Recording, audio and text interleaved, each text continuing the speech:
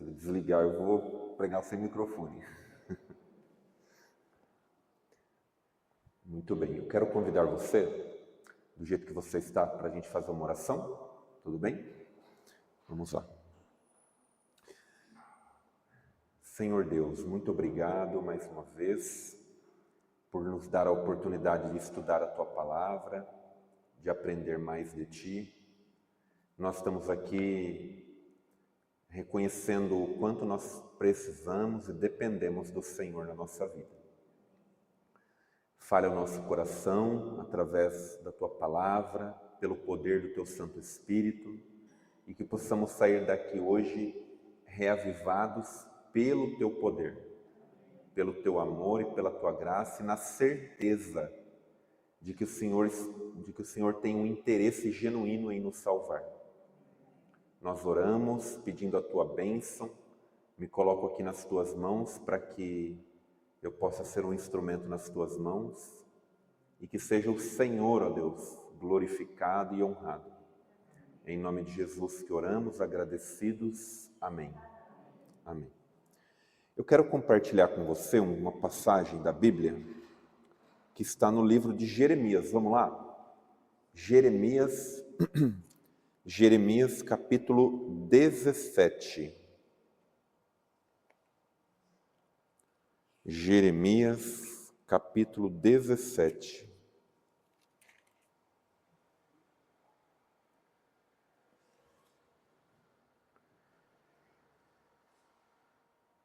Davi, quiser colocar já a primeira imagem, Davi, por gentileza.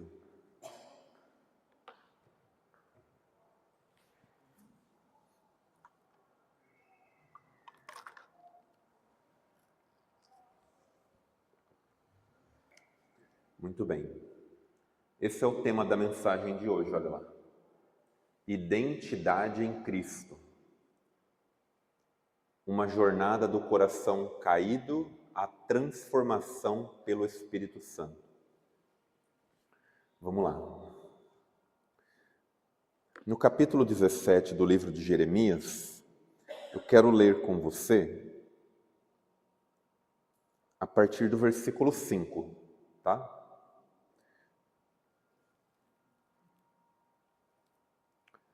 Vamos lá. Diz assim: assim diz o Senhor, maldito o homem que confia no homem, faz da carne mortal o seu braço e aparta o seu coração do Senhor. Então esse é o primeiro verso, depois nós vamos ler os seguintes aqui. Quando nós lemos essa passagem bíblica, a gente pode pensar assim, nossa, então quer dizer que eu não posso confiar em ninguém? Não é exatamente isso que a Bíblia está dizendo. É quando nós colocamos o homem, ou o ser humano, em primeiro lugar, e não buscamos a Deus. Certo? Ou seja, eu posso orar a Deus, até porque Deus ele usa pessoas para abençoar outras pessoas, não é assim? Quando Deus ele quer ajudar alguém, ele usa uma pessoa para abençoar a vida de outras pessoas. Então, às vezes, o problema que você está enfrentando na sua vida é um problema que Deus ele pode resolver esse problema. E muitas vezes ele quer usar pessoas. Só que se eu e você tivermos um problema com pessoas, no sentido de não confiar quando Deus está colocando alguém para te ajudar, então aí vai ser um outro problema. Quando a gente lê na Bíblia, a gente tem alguns exemplos na Bíblia de pessoas que confiaram em outras pessoas, mas que essas pessoas eram usadas por Deus ao mesmo tempo. A gente tem vários exemplos. Por exemplo, os reis que foram fiéis a Deus, eles eram homens de confiança. Vamos pegar ali, lá no Antigo, mais para o início lá do livro de Gênesis. José. Tinham pessoas que confiavam em José? Tinha muitas pessoas que confiavam em José. Por quê? Porque José ele tinha a vida dele nas mãos de Deus. Então as pessoas confiavam em José porque José era um homem guiado por Deus. Então, quando a gente lê aqui, é quando você tem um problema e aí você pensa assim, vamos pensar que você tem um problema, vamos pensar que está faltando dinheiro para você. Falta dinheiro para você resolver um problema. Ao invés de você pedir a ajuda de Deus primeiro e deixar Deus te orientar, confiar no homem, confiar no braço humano, é você acreditar que mesmo que você não peça a Deus, mesmo que você não faça uma oração, você vai falar com uma pessoa que você acredita que pode resolver o seu problema. É nesse sentido que Deus ele diz, né? Então, não importa a ordem do problema, se você busca a sua ajuda, resolver o seu problema, sem colocar Deus em primeiro lugar, você está confiando no homem. Entende? Não, tenho certeza, a minha mãe vai me ajudar. A minha mãe vai me ajudar a sair dessa. É bem provável que a sua mãe possa te ajudar. Mas se você colocar Deus em primeiro lugar, talvez Deus ele te dê uma outra sugestão e talvez ele te ajude a resolver o problema de uma outra maneira. Não, acho que eu vou resolver o problema, meu pai pode me ajudar. Então, quando nós buscamos pessoas no lugar de buscar Deus em primeiro lugar, no primeiro momento, nós estamos confiando no homem. Faz sentido? Não sei se você entende assim também, mas eu entendo dessa forma, né? E a gente vê isso na Bíblia. E aí, quando a gente continua os textos, é interessante que ainda nesse verso, quem está dizendo isso é Deus.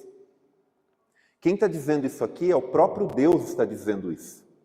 Esse é o ponto mais importante. Nós estamos estudando a lição da escola sabatina, não estamos? Que fala sobre o apóstolo Paulo. E você deve estar assim, talvez que nem eu, assim, maravilhado com os ensinamentos do apóstolo Paulo.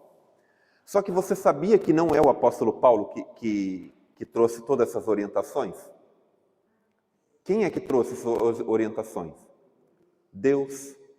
Porque lembra que ele fala, já não sou mais eu quem vivo, é Cristo que vive em mim. Então, quando ele escrevia uma carta para as igrejas, não era mais o apóstolo Paulo.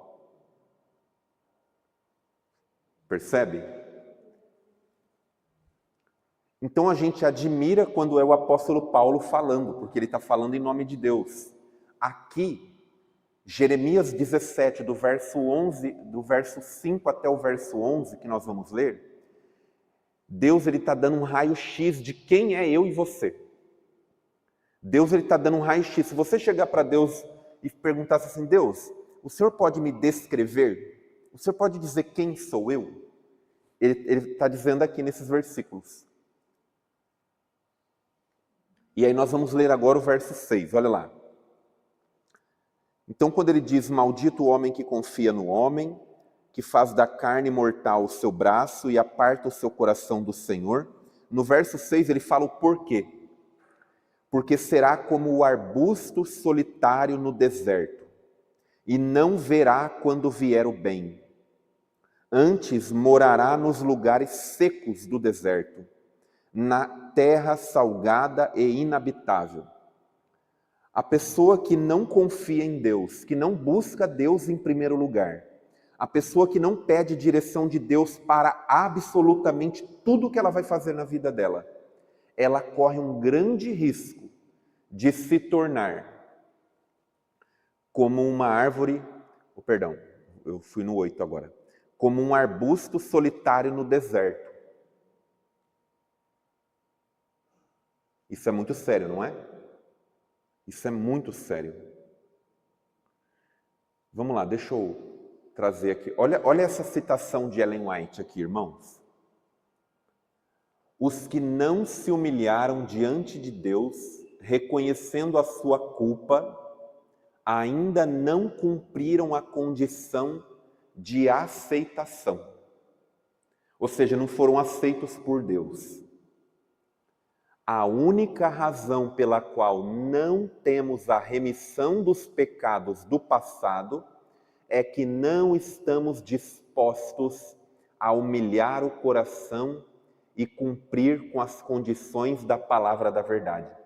Isso aqui é muito sério.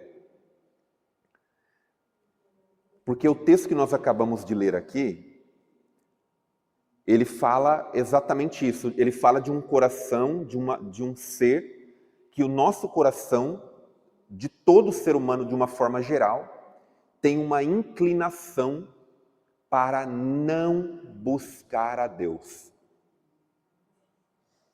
Olha como isso é sério.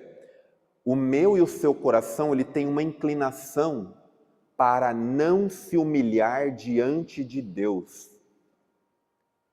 E o grande problema a gente vai estar vendo aqui agora. Olha lá no verso 7. Bendito o homem que confia no Senhor e cuja esperança é o Senhor. Você percebe que aqui ele não fala de nenhuma situação. Ele simplesmente fala, ó, bendito o homem que confia no Senhor.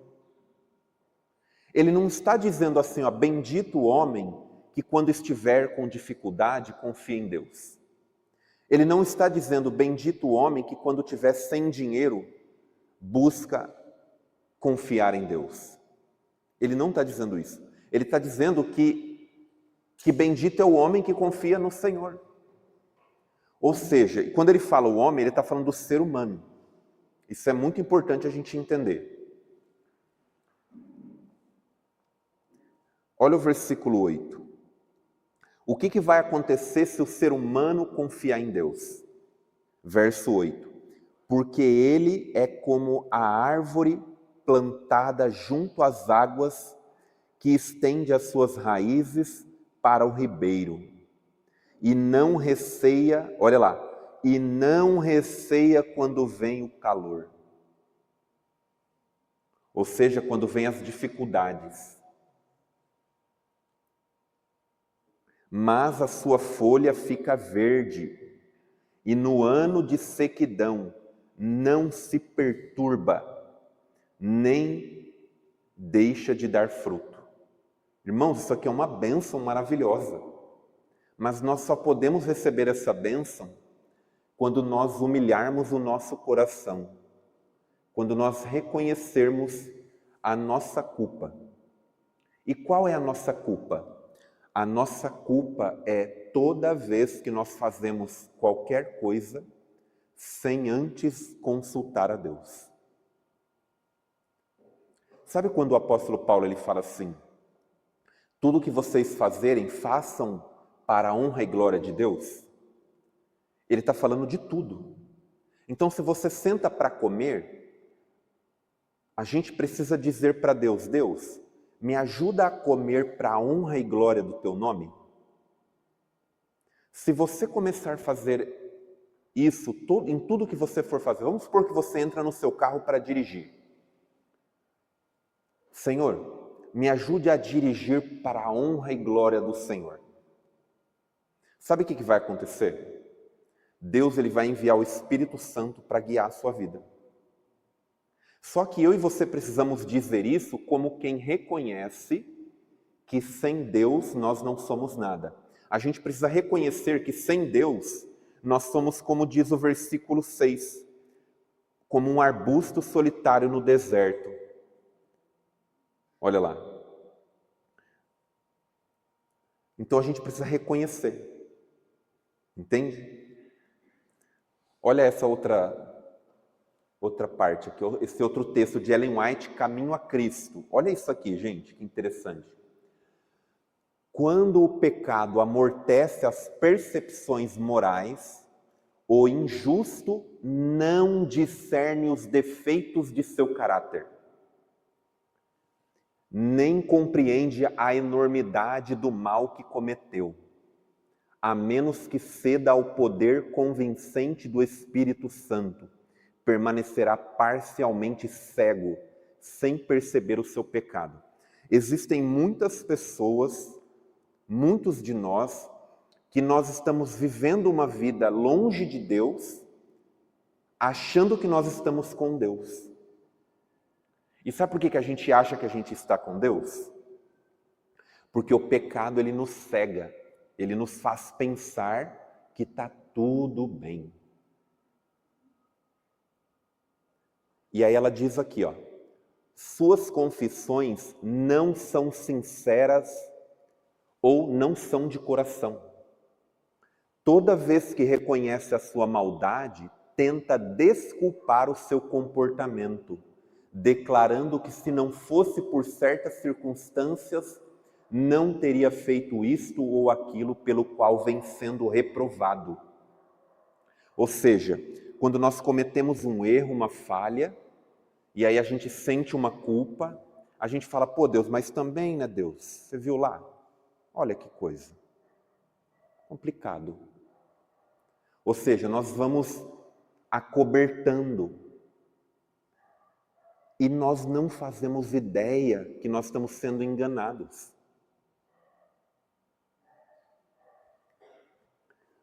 Olha o versículo 7 e 8 nós já lemos, o 9 agora. Olha esse versículo que impressionante, irmãos. Esse aqui é o raio-x, o raio-x, digamos, premium de Deus. Olha lá, ó.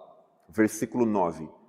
Enganoso é o coração, mais do que todas as coisas, e desesperadamente corrupto. Quem o conhecerá? Eu não sei se você consegue perceber isso em você,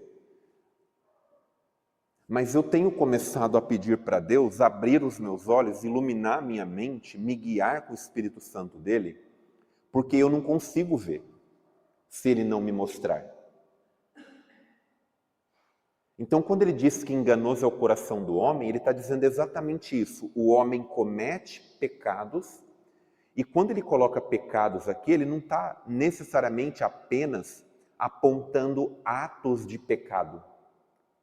Mas ele está falando de uma pessoa que, por mais bem-sucedida que seja na vida, comparado a outros seres humanos não tão bem-sucedidos, mas que está distante de Deus. O fato de eu e você não termos Deus guiando a nossa vida, isso já é um engano do nosso coração. A gente achar que está tudo bem, só porque está tudo dando certo, entre aspas.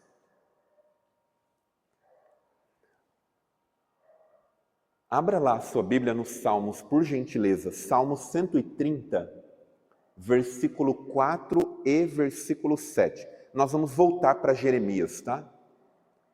Salmo 130. Isso, encontra aí na sua Bíblia, Salmo 130. Versículo 4 e versículo 7.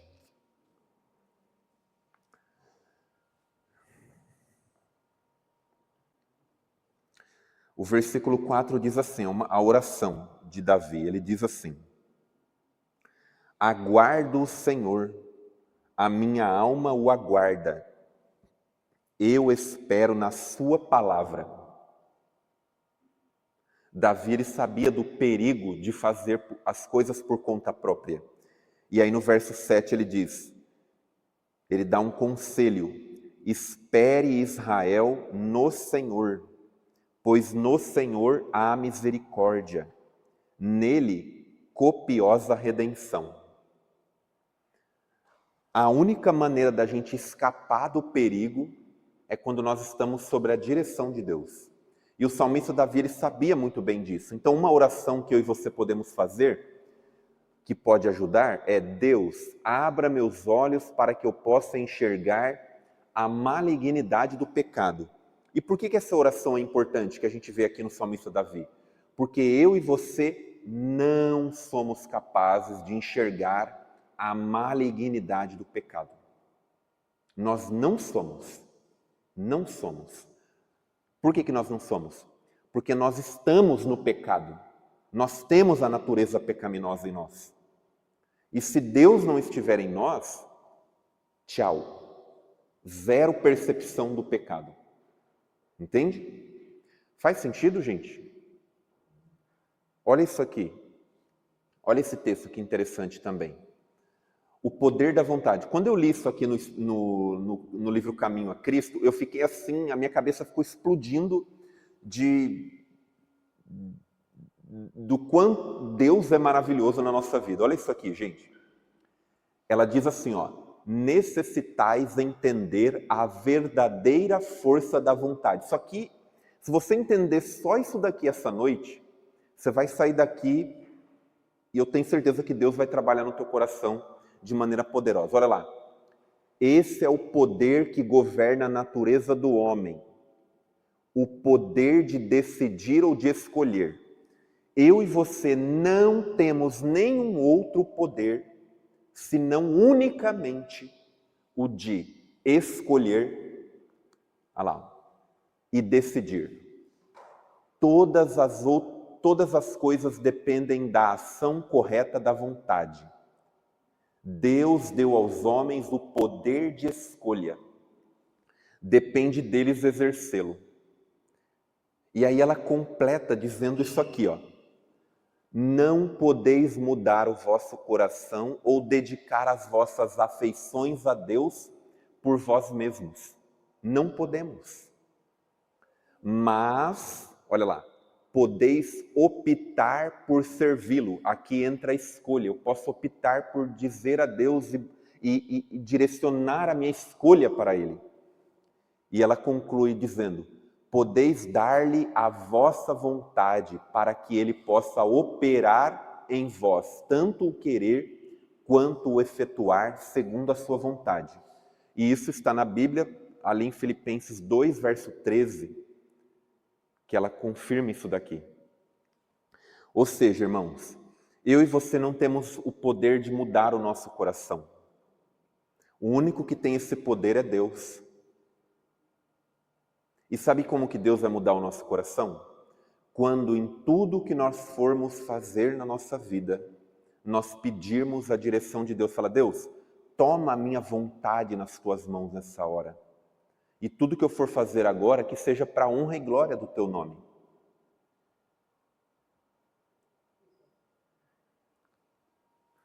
Vamos ver aqui, vamos voltar em Jeremias, vamos lá? Jeremias, capítulo 17, onde nós estávamos agora. Capítulo 17.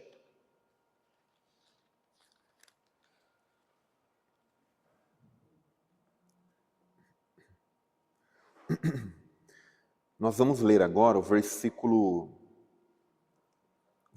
10. Jeremias 17, versículo 10. Diz assim: eu, o Senhor, esquadrinho o coração, eu provo os pensamentos, e isto para dar a cada um segundo o seu proceder, segundo o fruto das suas ações. Olha que interessante. Deus, ele esquadrinha o nosso coração, não para ficar desejando o mal, mas porque Ele quer guiar a nossa vida. Ele quer transformar a nossa vida. E Deus, Ele é o único que sabe fazer isso muito melhor do que eu e você. Ellen White diz que nós não somos capazes de cuidar nem de nós mesmos. Nós não somos capazes. Você já teve aquela sensação em algum momento da sua vida de não saber dar um passo? De você ter aquela sensação, falar: o que eu faço agora? Você já teve essa sensação?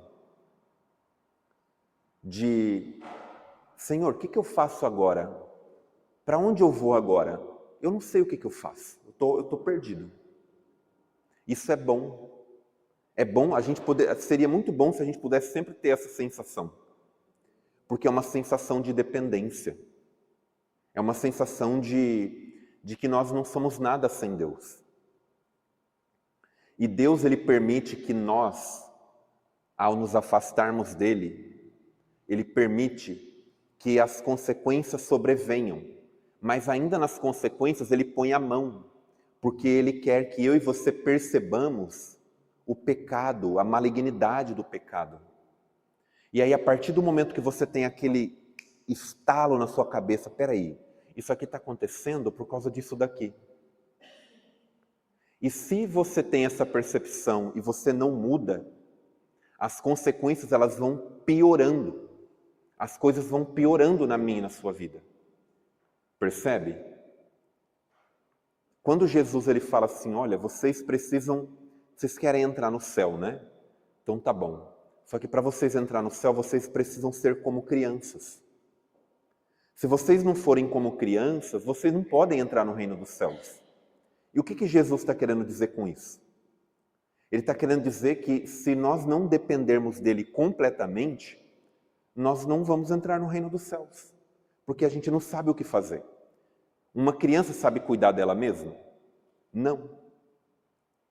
Uma criança não sabe cuidar dela mesma.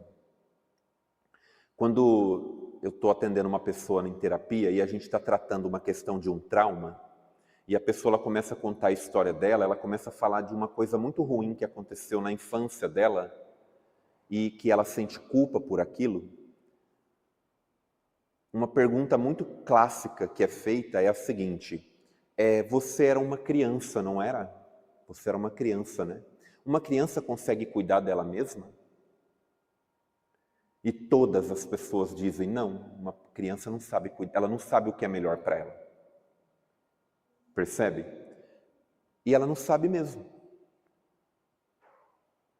Vocês que são pais aqui, quando os filhos de vocês que têm filhos adultos, quando os filhos de vocês eram criancinhas, se vocês tivessem deixado eles cuidar deles mesmos, o que teria acontecido com eles?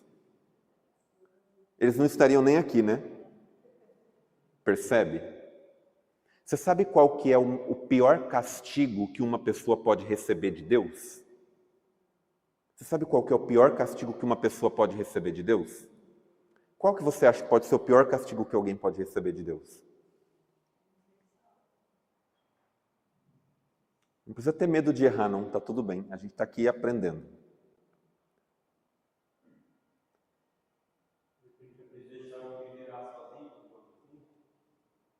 Sim, Zé.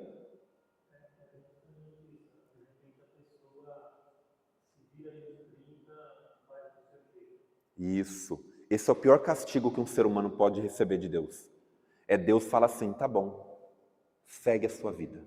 E Deus se retira.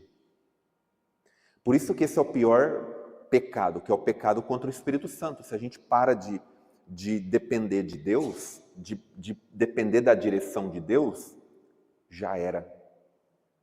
Deus ele não precisa destruir o ser humano se autodestrói.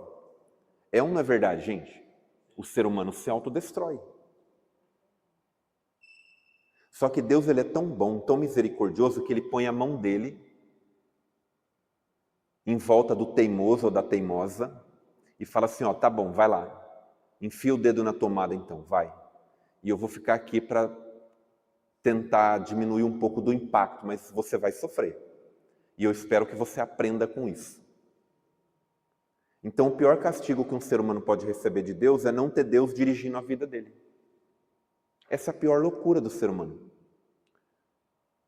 Só que muitas das vezes a gente, e eu estou me incluindo nisso também, muitas das vezes a gente faz coisas sem Deus e a gente acha que está tudo bem. Sabe por quê? Porque enganoso é o coração do homem mais do que qualquer outra coisa. Quem o conhecerá? E aí a Bíblia diz, no verso 10, que a gente leu, eu, Senhor, esquadrinho o coração, eu provo os pensamentos, e isto para dar a cada um segundo o seu proceder, segundo o fruto das suas ações. Olha isso aqui que interessante, esse raciocínio. Ó. Sem Deus, eu e você estamos cegos para nós mesmos. Olha lá, cegos para si. Não enxergamos nossos próprios defeitos sem a luz do Espírito Santo. É impossível. Logo, se você se sente uma pessoa muito boa, se você ouve uma voz de que você é uma pessoa boa, maravilhosa, se você ouve a voz de que está tudo certo com você, então você provavelmente pode estar ouvindo a voz do seu ego, do seu próprio coração dizendo para você, ó, tá tudo bem, tá tranquilo. Essa é a voz do diabo, em outras palavras. O segundo ponto. E uma vez que a gente está cego para o nosso pecado, mas olha lá, somos especialistas em perceber o pecado alheio enquanto ignoramos o nosso. Então isso aqui são dois diagnósticos. O primeiro, se você se sente uma pessoa muito boa, merecedora do céu, muito cuidado, porque você pode estar indo para um outro caminho. Lembra que Salomão ele fala que há caminhos que ao homem parece direito, mas no fim dá em morte. E ele está falando de uma pessoa que pode estar acreditando que está no caminho de Deus, fazendo a vontade de Deus, mas sem Deus. Na verdade, quando você vai ver, você não tem uma relação com Deus. Você não tem uma amizade com Ele. Você não conversa com Ele. Mas você acredita que apesar disso está tudo bem. Que apesar disso Deus ele entende, você vai entrar no céu. Então esse é o engano do coração. Percebe que é muito sutil? Então quando Jeremias ele fala aqui, quando Deus fala em Jeremias que enganoso é o coração do homem mais do que todas as coisas, mais do que o próprio homem. Eu e você não somos capazes de entender. E aí a única solução é pedir ao Espírito Santo que nos revele nossa condição e nos conduza à graça. Então a melhor oração que eu e você podemos fazer, se nós queremos entrar no reino de Deus, no reino dos céus, é: Deus, abra os meus olhos para eu enxergar a malignidade do pecado na minha vida. E para que eu possa entender, enxergar isso e correr para os teus braços.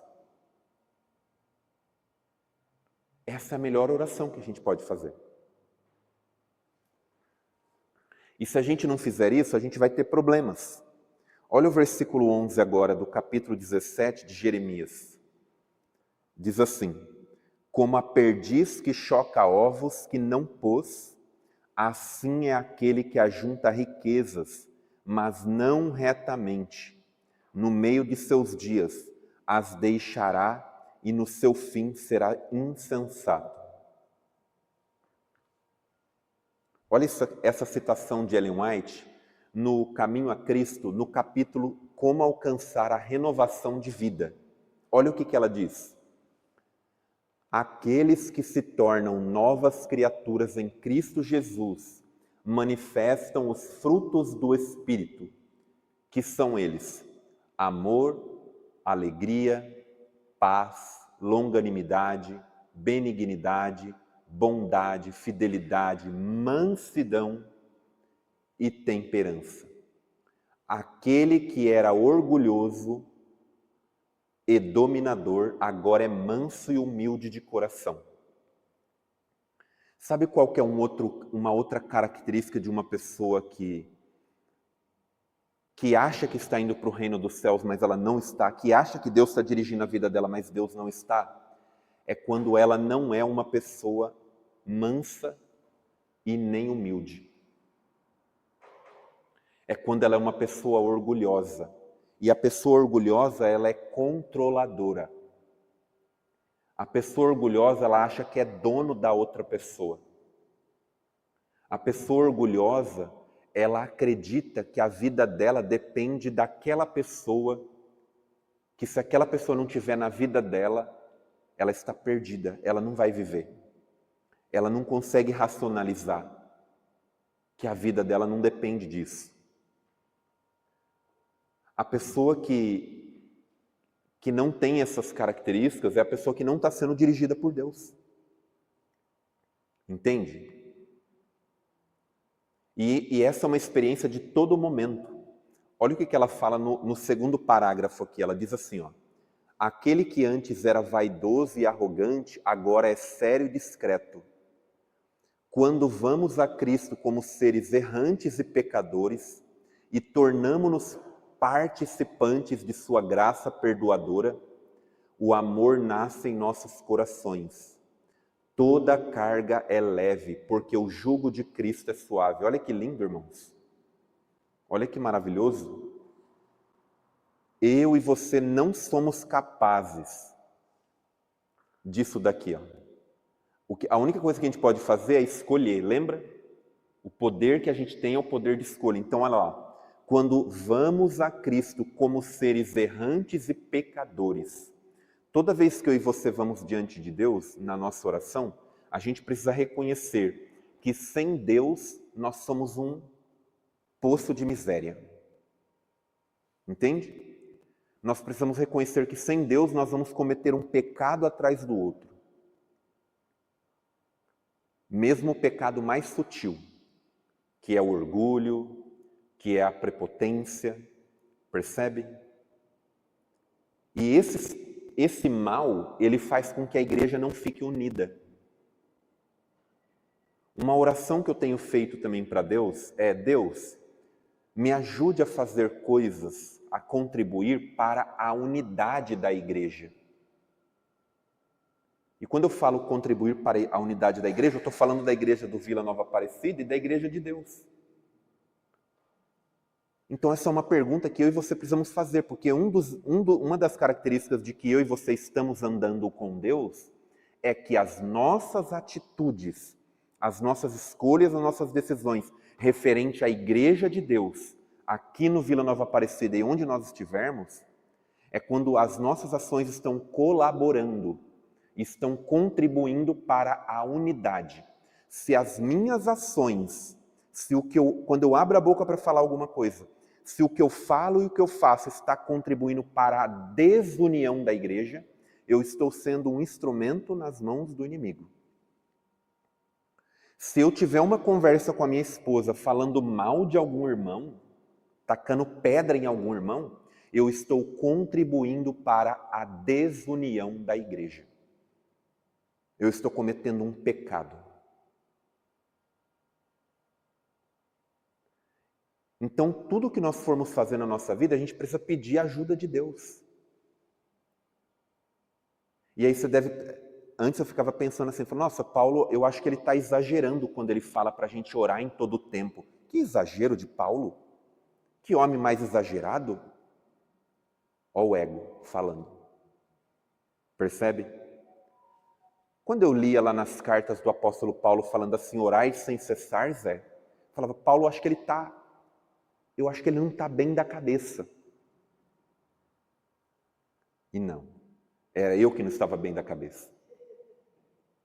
Percebe? E aí você fala, nossa, Patrick, mas isso é impossível. E é mesmo. Para nós é impossível. Eu e você não vamos conseguir vestir toda a armadura de Deus, jamais. Se nós não tivermos em nós o Espírito Santo. Irmãos, se nós não clamarmos para que Jesus venha viver a vida dele na nossa vida, nós estamos fadados ao fracasso. Mesmo pregando bonito, mesmo dando estudo bíblico, mesmo sendo um bom líder da igreja, se isso não for feito com Jesus, não adianta. Percebe?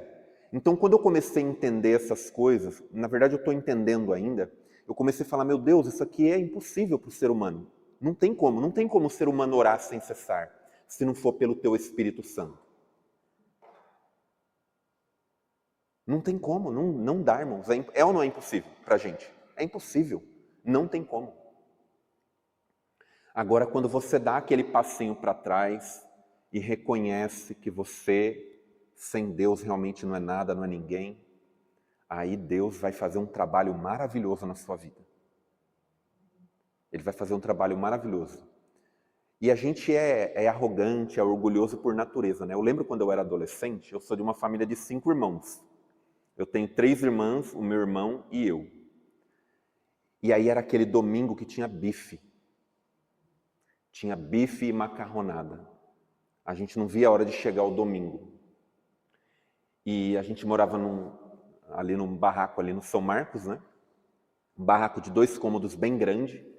A minha irmã estava namorando, casada, já juntada, na verdade. O meu cunhado morava com a gente.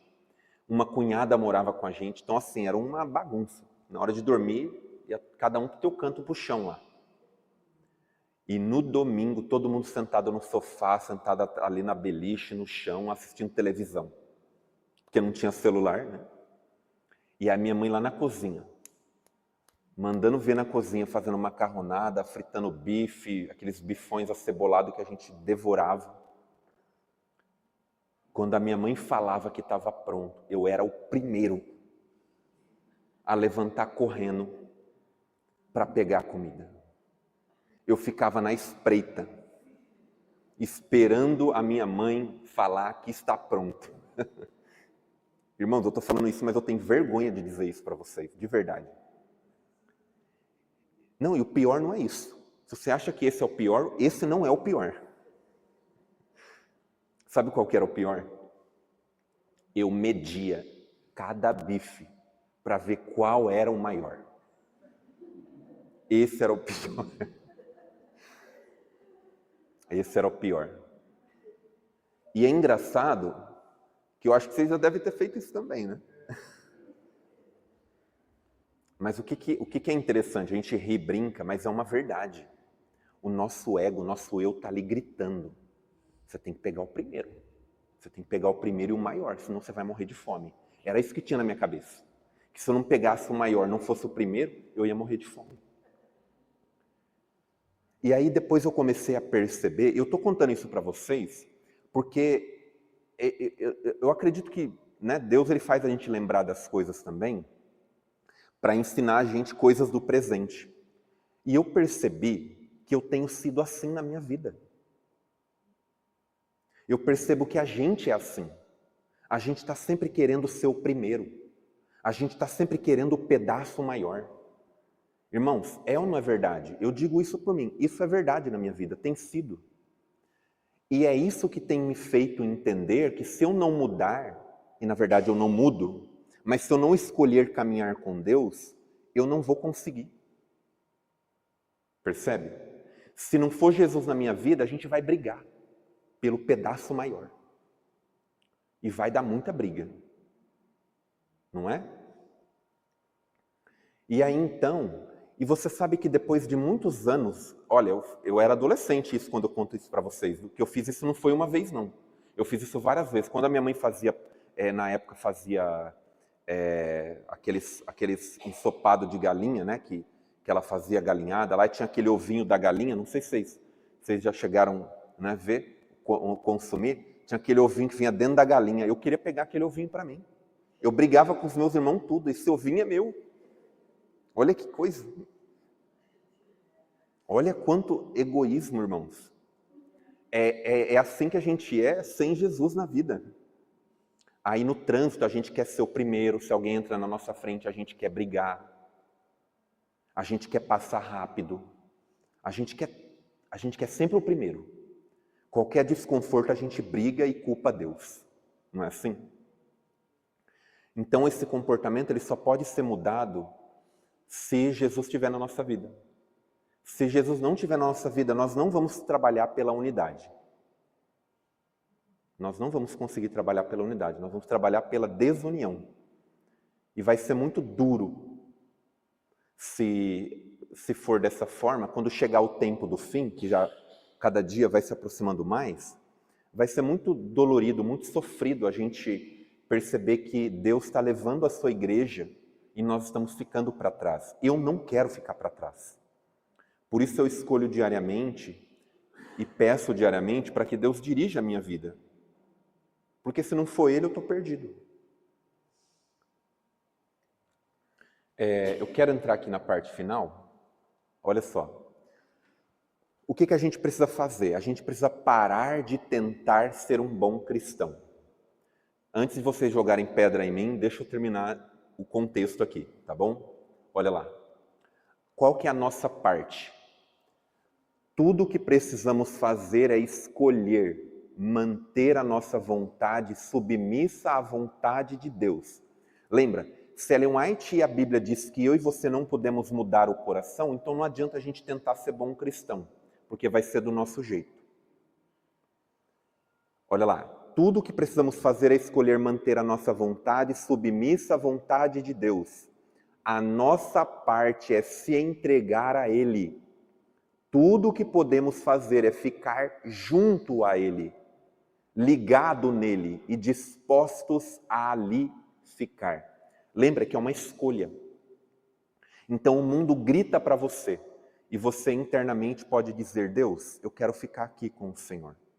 Eu não sinto que o Senhor está me chamando para fazer essas coisas, seja para pregar ou para dar um estudo bíblico. Irmãos, isso é muito importante. Vocês lembram quando Jesus cura aquele endemoniado de Gadara?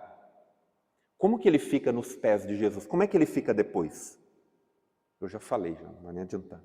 Ele fica nos pés de Jesus, mas de que jeito que ele fica? O que a Bíblia fala que ele fica como ali? Eu não sei se é todos os evangelhos, mas um dos evangelhos fala assim: e ele esteve aos pés de Jesus em são e perfeito juízo. Uma pessoa em são e perfeito juízo não é uma pessoa que faz tudo, que quer salvar o mundo. Não é uma pessoa que quer sempre ser a primeira, ou que sai com o pedaço maior. Não.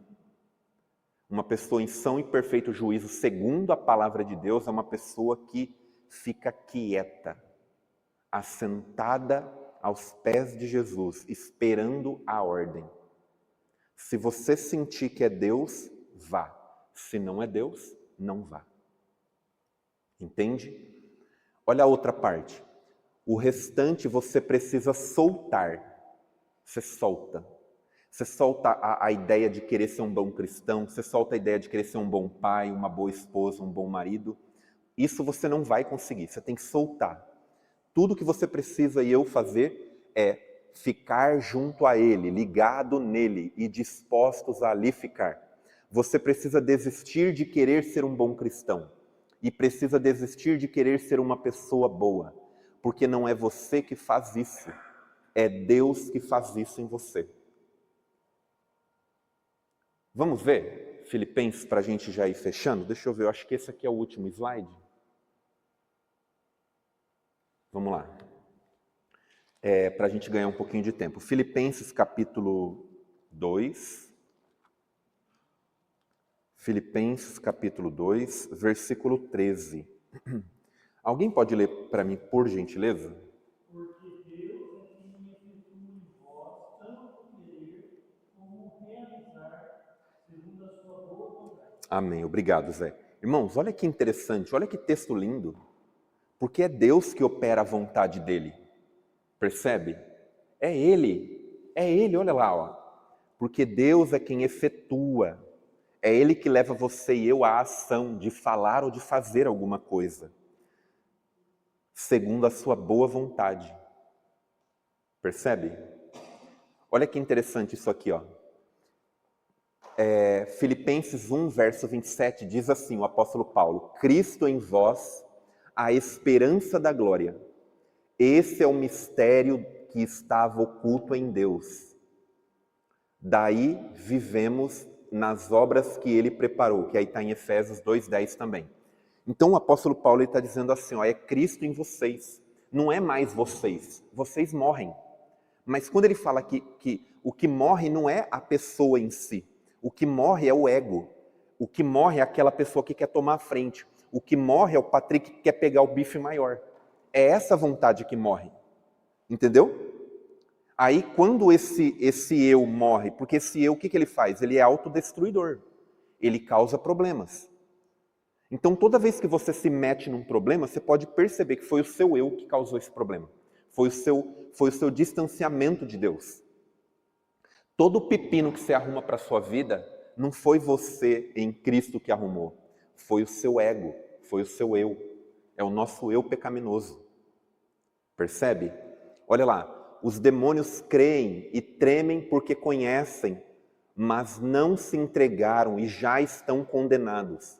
Quando conhecemos e não nos entregamos à nossa vontade, ficamos em condição semelhante à dos demônios, mas ainda podemos escolher nos entregar a Cristo e abrir mão de nossa vontade, que é em si mesma pecaminosa. Olha que interessante. Olha isso aqui. Ellen White falando ainda. Cristo muda o vosso coração. Ou seja, ela está dando uma ênfase, ela está dizendo assim, ó, é Cristo que muda o vosso coração. Ele habita o coração pela fé. Deveis manter esta comunhão com Ele, com Cristo, através da fé e da submissão contínua de sua vontade a Ele, ou seja, a escolha de submeter. Enquanto fazeis isso, olha lá, Ele operará em vós para que queirais e façais segundo a sua vontade. Se Jesus habitar em nós pelo Espírito Santo, pela presença de Jesus, a gente vai sentir vontade de fazer aquilo que Jesus sentiria vontade se Ele estivesse no nosso lugar. E aí ela termina dizendo ali, ó, portanto, não há nada em nós mesmos de que nos gabar. O único fundamento da nossa esperança é a justiça de Cristo a nós imputada. Aquela que produz o seu Espírito operando em nós e por nós. Vocês lembram da metáfora que ele usa do ramo ligado à videira? O ramo ele tem que estar conectado na videira. Se ele não tiver, o ramo já vai morrendo. O ramo já vai sendo destruído. Bom, esse foi o fim. Percebe, irmãos? Então, que Deus possa nos abençoar, que Deus possa abençoar a sua vida, a minha vida, e que nós possamos lembrar de pedir a direção de Deus. E que nós possamos lembrar de orar uns pelos outros. Sabe por quê? Porque você está querendo o bife maior. Eu também estou querendo o bife maior. Eu estou querendo o primeiro lugar, você também está querendo o primeiro lugar. Só que esse não é Cristo em nós, esse é o nosso ego. Esse é o mal que está em nós. Então, toda vez que a gente fica querendo degladiar, querendo competir, querendo alguma coisa, isso não é Jesus em nós. Isso é o mal em nós.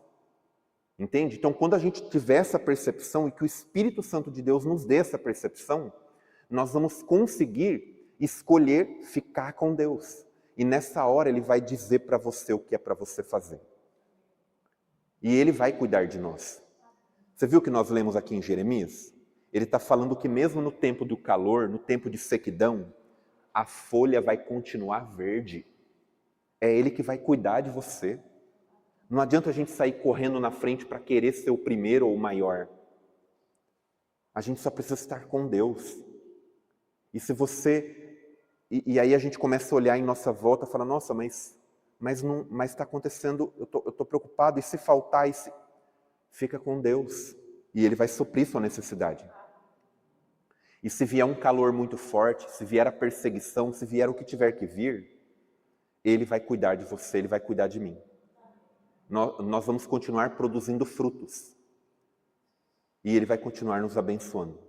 Então, quando você for orar a partir de hoje, mais ainda, lembra de orar por mim e pelos seus irmãos aqui da igreja. E quando eu for orar, eu vou continuar orando por cada um de vocês. Né? Às vezes a gente não lembra o nome de todos, na hora ali não vem, mas vamos começar a fazer isso? O que vocês acham? Vamos começar a orar mais uns pelos outros? Para a gente conseguir ficar mais em unidade, para a gente conseguir ficar mais unidos, mais juntos? Que Deus possa nos abençoar, que você tenha uma semana abençoada e que Cristo possa habitar em mim e na sua vida. Amém.